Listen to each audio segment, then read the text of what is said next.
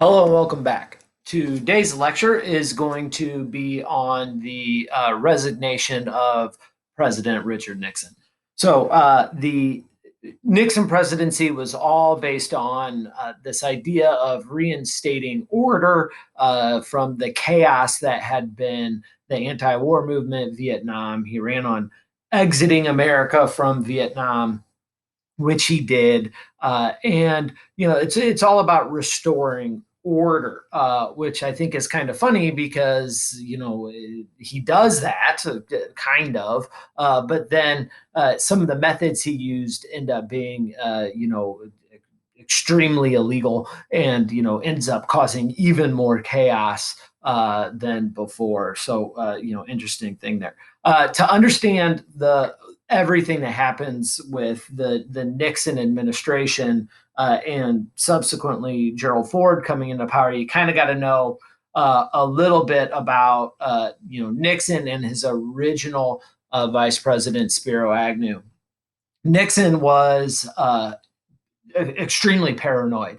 He was always thought everybody was out to get him. He actually kept an enemies list. Not just like, oh, I know who my enemies are. Like, actually kept a list, and went after those people. And he did a lot of that behind the scenes. He used the IRS to audit his political rivals. I mean, that is like such a misuse of power. The IRS is one of the most powerful government institutions that can destroy lives. And he did that, but that was all kind of behind the scenes because he was a very good politician.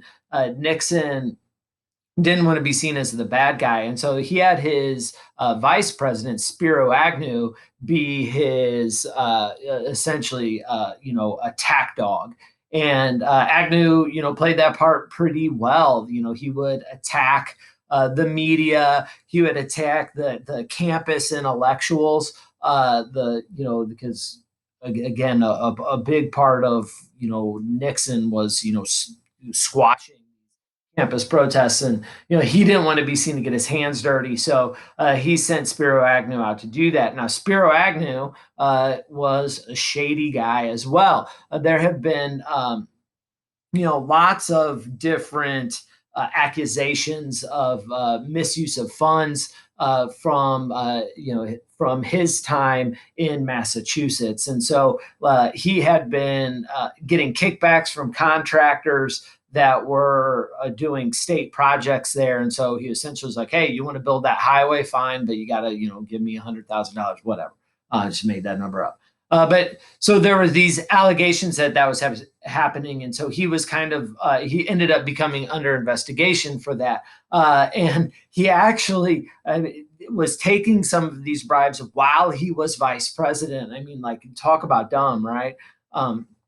So he's taking all that stuff, but then eventually, all of a sudden, once you start talking about, was he taking bribes? Was he taking kickbacks? One of the things that happens is people look into your income and they say, okay, how much money have you been making? How much money do you have in the bank? And did you pay taxes on it? And so Spiro Agnew is going to be accused of federal tax evasion.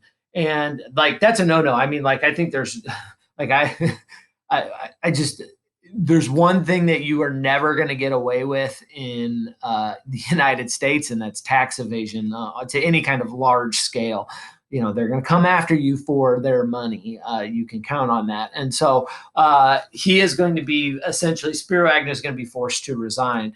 And when that happens, Nixon, this is a distraction Nixon doesn't want to deal with. Remember, I mean, after he got us out of the Vietnam War because of realpolitik, this idea that we should be dealing with the major world powers around the world. He's secretly opening up China. The Cold War's going on, and he's really trying to fight those battles. And he doesn't want the distraction. So he wants to replace Spiro Agnew with somebody who it just has the exact opposite reputation. And so because of the 25th Amendment, we're going to see the president essentially gets to be able to choose who his vice president is going to be. And he picks Gerald Ford, who's got this like great reputation for being straightforward, for being honest, for being likable. I know you can't tell it from this picture here, but he was a male model when he was younger. I mean, the guy's just got like this really impressive background, intellectual background, as well as sports and modeling and all this other stuff. We'll talk about that in a future lecture. But he's going to have this great reputation. He has worked with legislatures when he was the minority leader in the House, and again, is kind of designed to be a person who is going to soften up the Nixon image. Interestingly enough, keep in mind he was just appointed. So when he's appointed to be the vice president, he was never elected by the people to be the vice president.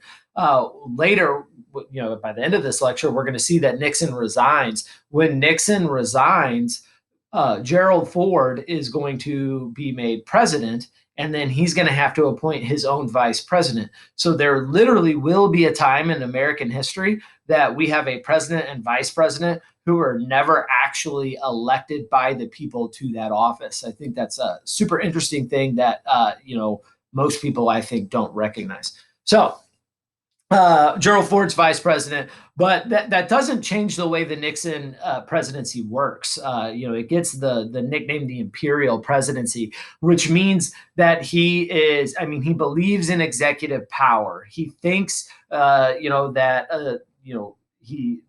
that the office of the president, when it comes to certain things, foreign policy, law and order, issues like that, that he has, essentially imperial power. He can do whatever he wants, which, isn't the case. There are restrictions there. And he surrounds himself with a lot of people, a lot of aides that believe the same thing. And so he starts doing stuff that you're not supposed to do, withholding information from Congress, for example. All presidents hold information from Congress. So all presidents do it. They claim executive privilege. It's this idea that, like, to run the military and foreign policy, there's certain classified privilege information. There's things that have to be secret, and so you can't just hand that over to Congress, because Congress can't institutionally just can't keep a secret. And so there's always that. But Nixon's going to take this to a whole new level. There's some stuff that he's obligated to share with Congress, and he's going to resist that as much as possible. He will exercise war powers without the consent of Congress. That's, again, another thing that, since the Johnson administration onward, pretty much all presidents do that to one degree or another, kind of upsetting Congress. But Nixon does that even more, right? Remember, from previous lectures, he expanded the war into Laos and Cambodia. Those were like neutral nations, right? Those are nations, like, they have their own government, sovereign governments. They're staying out of the war, and we expanded the war in them. Now, we didn't do that first. The VC did. But we have to hold ourselves to a higher standard than that. And so, that's something Congress, really, you need to have permission of Congress to be able to do. And as all these things are happening and these things are coming out and made public, Americans really start to worry that maybe that this ever expanding power of the presidency isn't a good thing. Now, this has been happening since Teddy Roosevelt, right? And FDR, really was the president that expanded into astronomical levels. But FDR, he did it in at least kind of in an honest and kind of forthright way, whereas Nixon is, a lot of these are back table dealings. They're not exposed to the public, and so makes it just significantly more shady. And as bad as people think, it is actually worse, right? I mean, I gave you some examples before. He's going to, use the IRS to attack political rivals. I mean, you cannot use the instrument of government to go after your political rivals. That's like banana republics. That's like dictators do that. You can't do that in a democracy. We have to have an opposition party to the party in power that doesn't have to worry about attacks from the government. And so, using the IRS to go after your enemies, it's not just shady, it's not just illegal, but it really threatens democracy. And Nixon just really didn't care. He tries to use the CIA to be able to investigate rivals and people domestically. You're not supposed to do that either. The CIA is not supposed to operate on American soil. And so, it ends up just being way worse than what the average person thought it was. And the shining example of that is the break-in at the Watergate Hotel. The Watergate Hotel is where the Democratic Party's headquarters is located. And so what that means is, right, so the Republic, Nixon is a Republican, and the Democrats, who are trying to put as many Democrats in power as possible, they're trying to essentially undermine the president. That's what they're supposed to do. It sounds bad when you say undermine the president. Maybe those weren't the best words, but they are supposed to. In a democracy, you've got two different parties that have different ideas, and they're supposed to be fighting each other politically, and challenge each other politically, and that's how we, the citizens, get the best information so we can make informed choices. And so the Democratic Party's trying to get as many Democrats in office, which will weaken the Nixon administration. And so he doesn't like that. And so the Democratic Party's on his enemies list. And, he wants to know what they're doing so he can outsmart them politically. And so essentially what ends up happening is we assume, but what he does is he's going to send 5 men to break into the Democratic national headquarters offices. They're going to make copies of documents. They're going to bug the phones so they can eavesdrop on their strategy sessions and things like that. And so those 5 men, when they're breaking in, they actually get caught, and they're going to get arrested. And so now, when those 5 guys get arrested, nobody really kind of knows who they are, and the Nixon administration is not going to own up to it, right? And so they get arrested, and then all of a sudden, while they get arrested, the police are investigating this. They recognize that all of these guys that got arrested at the Democratic National Headquarters work for the Committee for the Reelection of the President.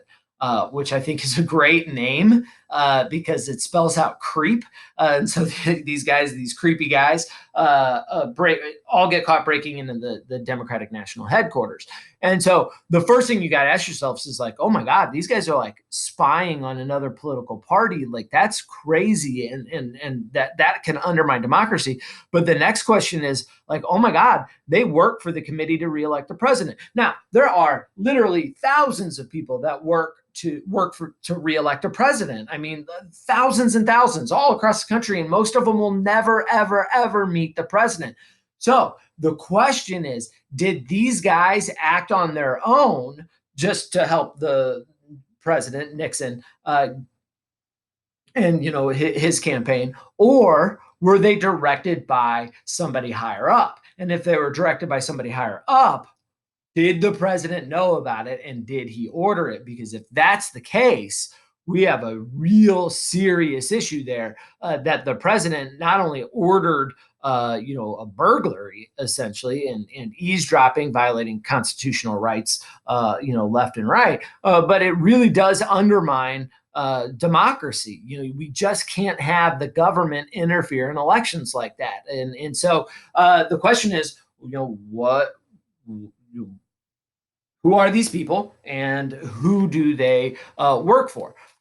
The guys will be found guilty of conspiracy, burglary, and electronic eavesdropping. And as they get arrested, all of a sudden, between these guys, $450,000 mysteriously gets deposited in their bank accounts.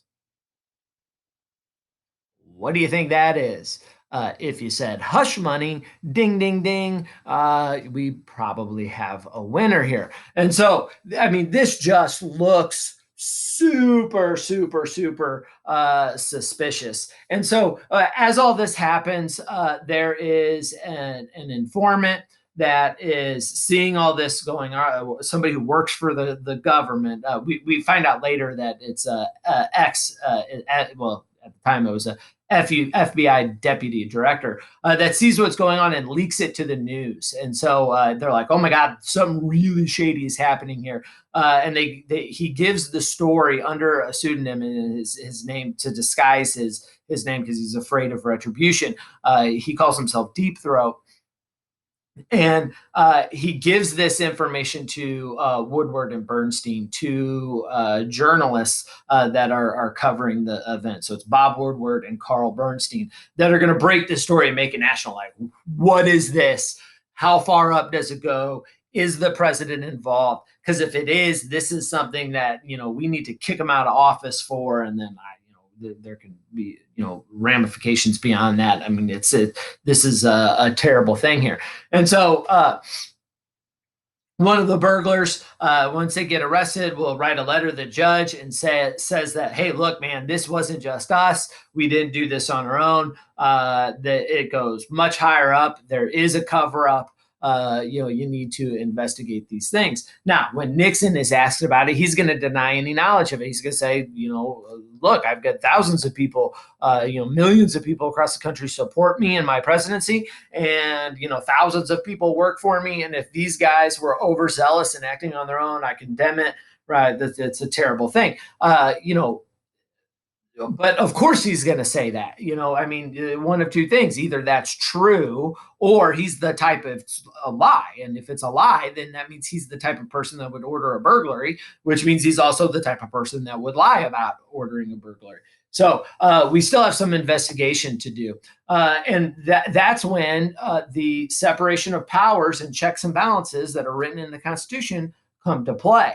Right. And so we have the president, and then, one branch of government, and then we have, the House and the Senate, which is the legislative branch, which is the oversight branch for the executive branch, the presidency. And so the Senate starts to look into what's going on, and they want to know what's the truth. How high up does this thing go? A bunch of people are brought forward to testify to the committee. Some people say, Nixon knew. Some people say Nixon didn't know. There's, there's. Let's see if I can get that. There's mixed testimony, which means we have to look into this thing as much as possible. One of the guys that says that Nixon did know was a former White House counsel, John Dean, who says that Nixon did know. So there are people pretty high up that are saying that Nixon did know and had something to do with this, which is a really, I mean, disastrous thing for the Nixon administration, and for, honestly, for democracy itself. So and while the investigation is going on, we find out that the committee to reelect the president had been using some dirty tricks for a long time. I say dirty tricks because some of the stuff that they did was shady, but maybe not necessarily illegal. They sent people dressed as Democrats to Democratic rallies to cause problems and a commotion. They pass out like fake leaflets places. They would harass speakers and just pretend to be Democrats and cause problems. And so that's shady. We as the American people don't really like that, but we do know it is at least some insight into the people that Nixon has working for him.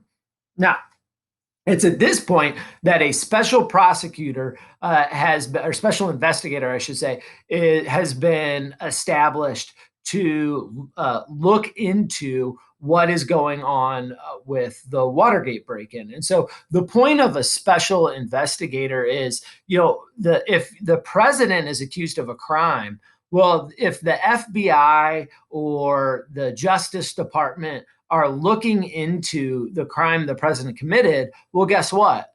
The president is their boss, right? The president is in charge of the FBI. He's in charge of the Justice Department. And so you don't want somebody to investigate themselves. So you appoint a special investigator. And so that guy is supposed to be able to work outside of the purview of the president. And so that way we can trust the answers. And so a special investigator has been appointed to look into everything that had been happening. And while he's doing that, he finds out that Nixon, because he's paranoid, he thinks everybody's out to get him, has secretly tape recorded underneath his desk all of the conversations that had been had in the Oval Office. So if you're a special prosecutor and you find out that Nixon has recorded every meeting in the Oval Office, and you're trying to figure out if he knew about the Watergate break-in. I keep saying Watergate break-in. Then what do you want to do?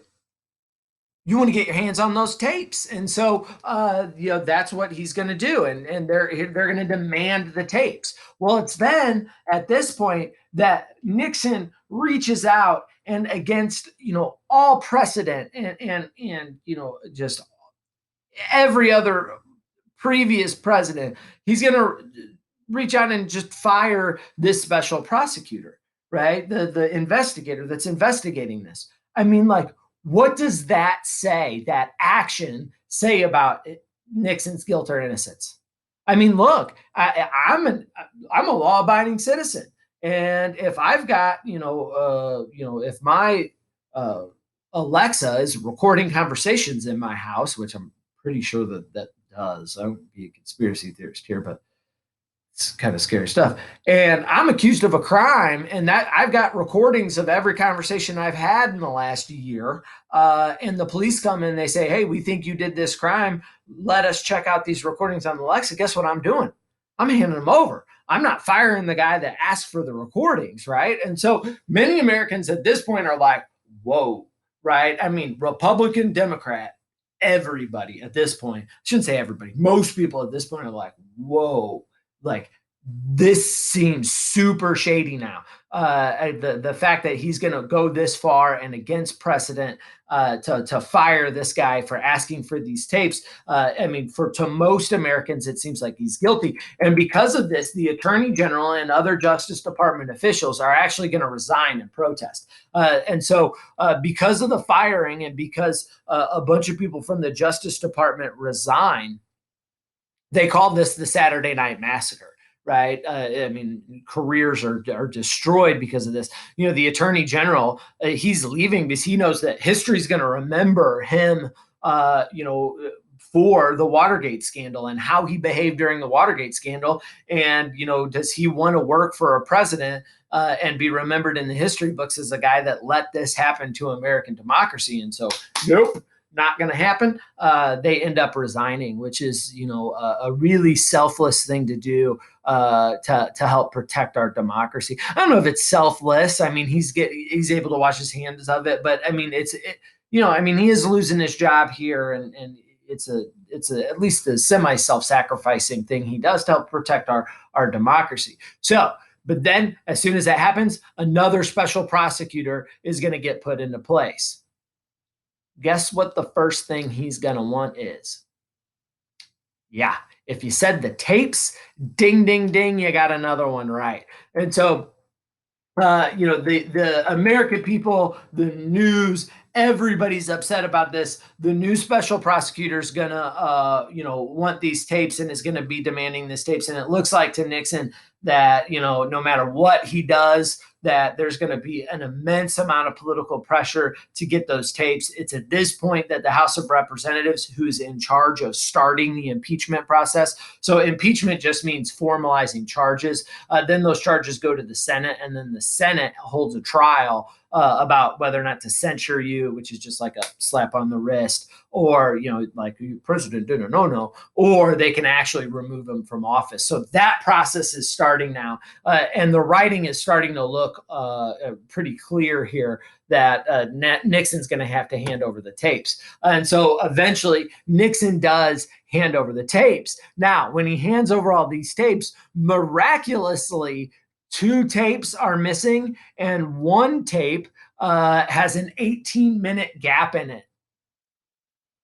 Like, come on, like, I mean, everybody at this point is just like, right. So you have all the tapes except for two tapes and this one tape with an 18-minute miraculous gap on it that all happened to be from the time period under investigation. You have to be kidding, right? And this is just like the it's clear, right? The writing's on the wall. You're going to be impeached.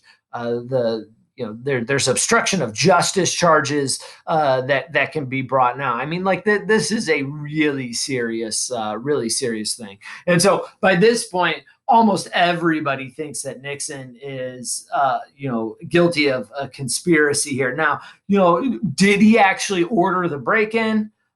I don't know. I don't know. Maybe he didn't order the break-in, but once these people, maybe he created the atmosphere that made people think that they should do those kind of illegal things to win, and that's why Creep, had been doing crazy things for a long time because the president liked that atmosphere. The president had been spying on, his political rivals like Martin Luther King before the FBI was. And so, it's not a reach to say that maybe, I mean, you give him the benefit of the doubt. He didn't order it, but he had created an environment in which people just assumed that this is what they should be doing. And when they got caught, he tried to cover it up. Right? I don't know. I can't tell you for certain. My personal opinion, I would imagine he probably. I mean, he was just a shady dude, and so it wouldn't surprise me at all if he actually ordered it. But at this point, Nixon is still professing his innocence, and he'll profess his innocence all the way through this whole thing. But he sees he is politically astute. He understands that he's going to be impeached. He doesn't have any, in his administration, people are jumping ship left and right. They're abandoning him.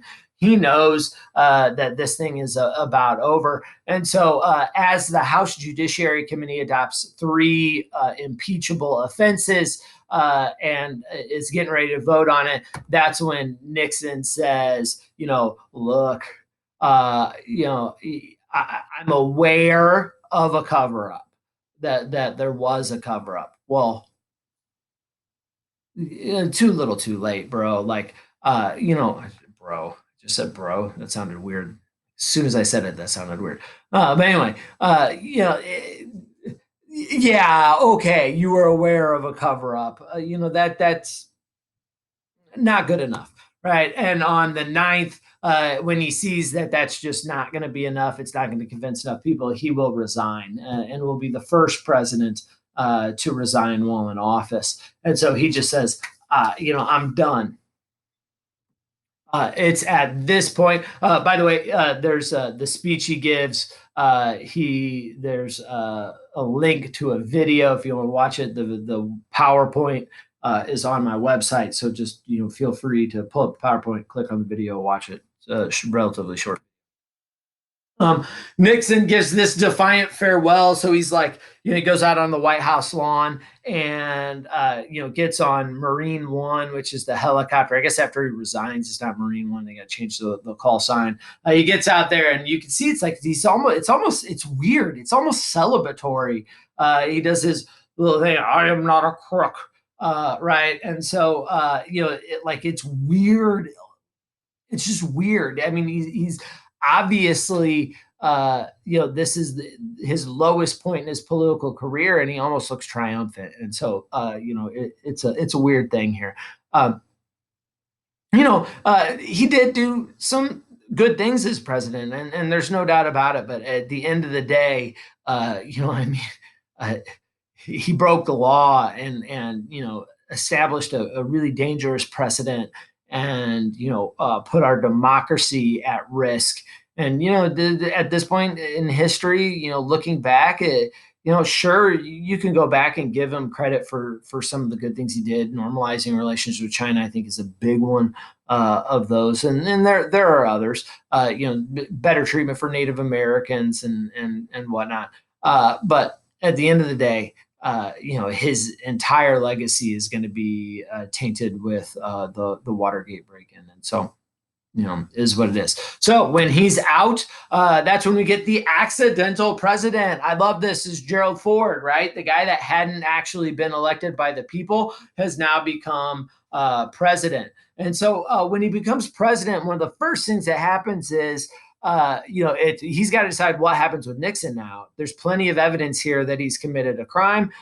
Do we put him on trial? And do we throw him in jail? And that's a tough thing to decide. And Democrats want him in jail. It's a Republican. That would be a huge political win for them. Most Republicans don't necessarily want to see him in jail. He's been removed, and so it's and even when I say Democrats, I all Democrats don't want to see him in jail.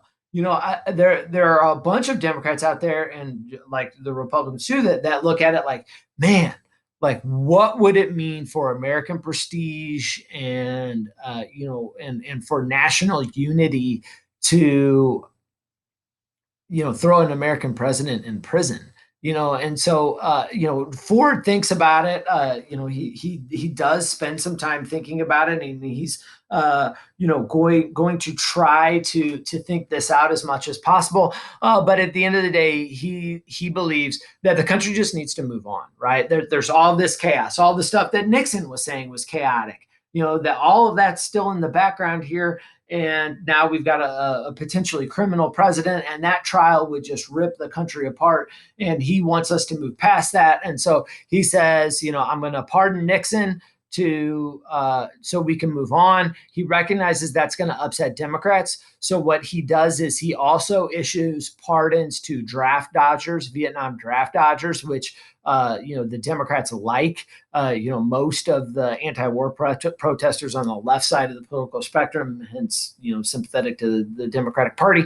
And so he thinks what he can do is like kind of moderate this by making Republicans happy that Nixon's not going to go to jail, making Democrats happy by pardoning the anti-war protesters. But it does short term, it does not work.